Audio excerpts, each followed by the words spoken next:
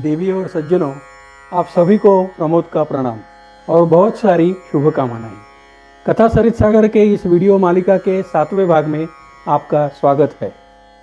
सज्जनों, इसके छठे भाग में हमने देखा कि हर दिन 1,00,000 सुवर्ण मुद्राएं एकत्र होने के कारण यज्ञदत्त और पुत्रक के पास बहुत सारा धन जमा हो गया और प्रतिदिन सोने का खजाना बढ़ता ही गया। धन मिलने के कारण धीरे धीरे पुत्रक स्वयं राजा बन गया। दिन बड़े आनंद से गुजर रहे थे। फिर एक बार यज्ञदत्त ने एकांत में पुत्रक राजा से कहा कि हे राजा, तुम्हारे पूर्वज यानी तुम्हारे पिता और दोनों चाचा उनके दुर्भिक्ष के कारण कहीं दूर चले गए हैं। यदि उन्हें वापस लाना चाहते हो तो तुम हमेशा दान किया करो। इससे वे भी एक दिन तुम्हारी उदारता को सुनकर यहाँ दान लेने आ जाएंगे। यह बिल्कुल सच है। इसके बारे में मैं तुम्हें राजा ब्रह्मदत्त की एक सच्ची कहानी सुनाता हूँ। फिर यज्ञदत्त पुत्रक को राजा ब्रह्मदत्त की कहानी सुनाने लगा।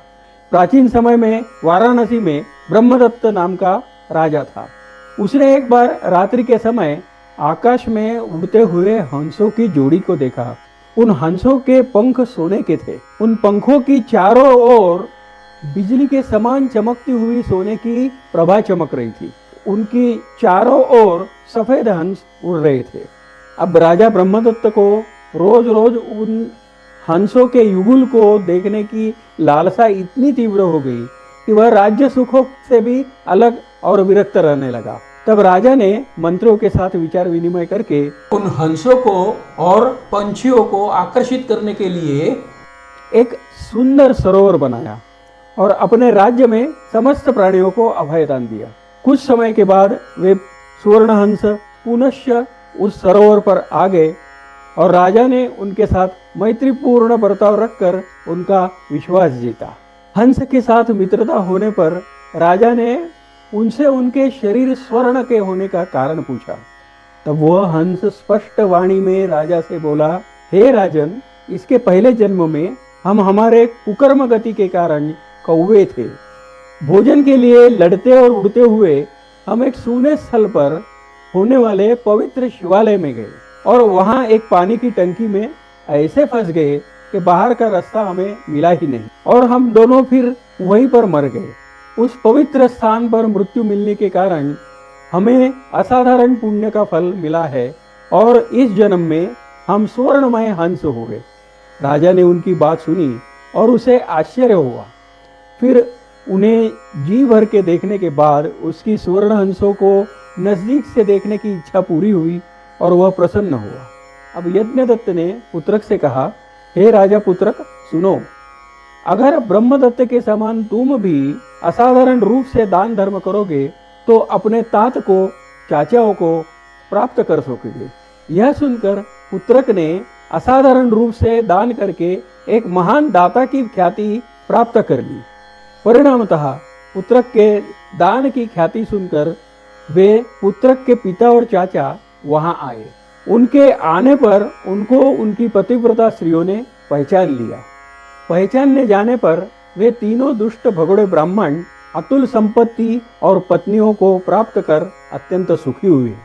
पाटलिपुत्र नगरी की कथा सुनाते हुए आचार्य वर्ष वररुचि से कह रहे हैं कि हे वररुचे, जगत में यह आश्चर्य है कि अविवेक से जिनकी बुद्धि भ्रमित हुई है, ऐसे अविवेकी दुष्ट उनके ऊपर आई हुई आपत्ति और उन आपत्तियों का नष्ट होना देखकर भी अपने दुष्ट स्वभाव को नहीं छोड़ते।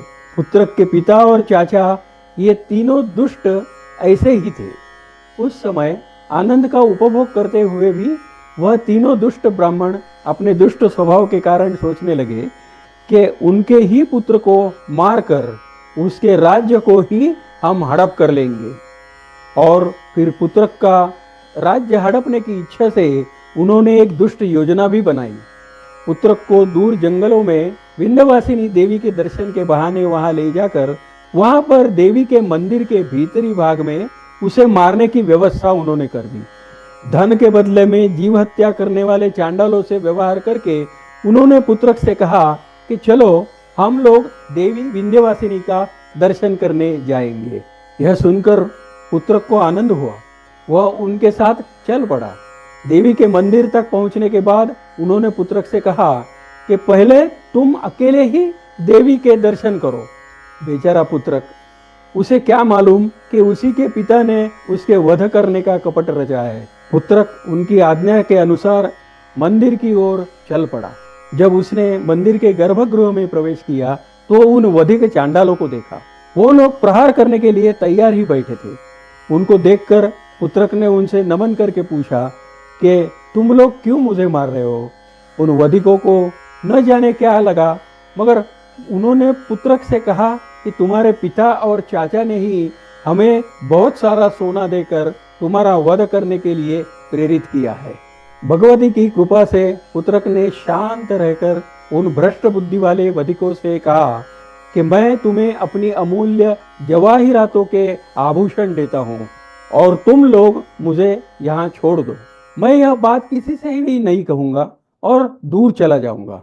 ऐसे कहने पर वह वधिक लोग उससे धन लेकर और उसे खुला छोड़कर बाहर चले गए और बाहर जाकर उसके पिता से झूठ कह दिया कि हमने पुत्रक को मार दिया। इस प्रकार सुनकर पाप कर्म करके राज्य पाने की इच्छा रखने वाले वो दुष्ट ब्राह्मण लौटकर घर गए और उन्हें राजद्रोही समझकर पुत्रक के मंत्रियों ने मार डाला। भला कृतघ्न और दुष्टों का कल्याण किस प्रकार हो सकता है। सज्जनों, इसी बीच राजा पुत्रक भी अपने संबंधियों की दुष्टता का अनुभव करके बहुत दुखी हुआ और दुख की भावना हल्की करने के विचार से वह विंध्याचल के अत्यंत घने वन में चला गया। वन में घूमते हुए उसने 2 असुर युवकों को बाहु युद्ध या मल्ल युद्ध के लिए तैयार खड़े हुए झगड़ते देखा और उनसे पूछा कि तुम दोनों कौन हो। वह कहने लगे, हम दोनों मयासुर के लड़के हैं। हमारे पास यह हमारे पिता का धन है। यह एक बर्तन या पात्र, एक लाठी या तो छड़ी और 2 खड़ाऊ यानी कि लकड़े के पादत्राण है। पिता के इसी धन के लिए हम लोग का युद्ध हो रहा है। जो बलवान हो वह इसे प्राप्त करेगा। तब उनकी यह बात सुनकर पुत्रक ने हंस करके कहा कि एक पुरुष के लिए यह कितना नगण्य धन है कि जिसके लिए तुम लोग युद्ध कर रहे हो। तब वे बोले कि इसे नगण्य मत समझिए, यह बहुत अमूल्य वस्तु है। इस खड़ाऊ को पहनने से मनुष्य आकाश गमन कर सकता है। यह जो छड़ी देख रहे हो, इस छड़ी से जमीन पर जो भी कुछ लिखा जाता है या तो जिसका भी चित्र बनाया जाता है वह प्रत्यक्ष रूप में साकार होता है और सत्य रूप में आ जाता है। और इस पात्र को हाथ में लेकर जिस भोजन की इच्छा करे, जिस भोजन का ध्यान करे, वही भोजन इस बर्तन में रखा हुआ मिलता है। अब आश्चर्य करने की बारी पुत्रक की थी। यह सुनकर पुत्रक ने युक्ति से कहा कि वस्तुएं तो अनमोल है, लेकिन इन वस्तुओं के लिए युद्ध की शर्त तो उचित नहीं है। क्यों आप में से किसी का मृत्यु हो, जरा सोचो। इससे अच्छा एक मार्ग है, आप दोनों दौड़ने की स्पर्धा रखो। दौड़ने में जो अधिक बलवान होगा वही पहले आकर इन्हें ले लेगा ना। और फिर उन मूर्ख दैत्यों को यह सुझाव अच्छा लगा। बस फिर क्या था, यही ठीक है। ऐसा कहकर वे दोनों मूर्ख असुर जोर से दौड़ पड़े। यहाँ असुर पुत्र दौड़े और पुत्रक ने वह छड़ी ले ली, बर्तन उठाया और खड़ाऊ पहनकर आकाश में उड़ गया और वो दोनों मयासुर के पुत्र मूर्ख बन गए।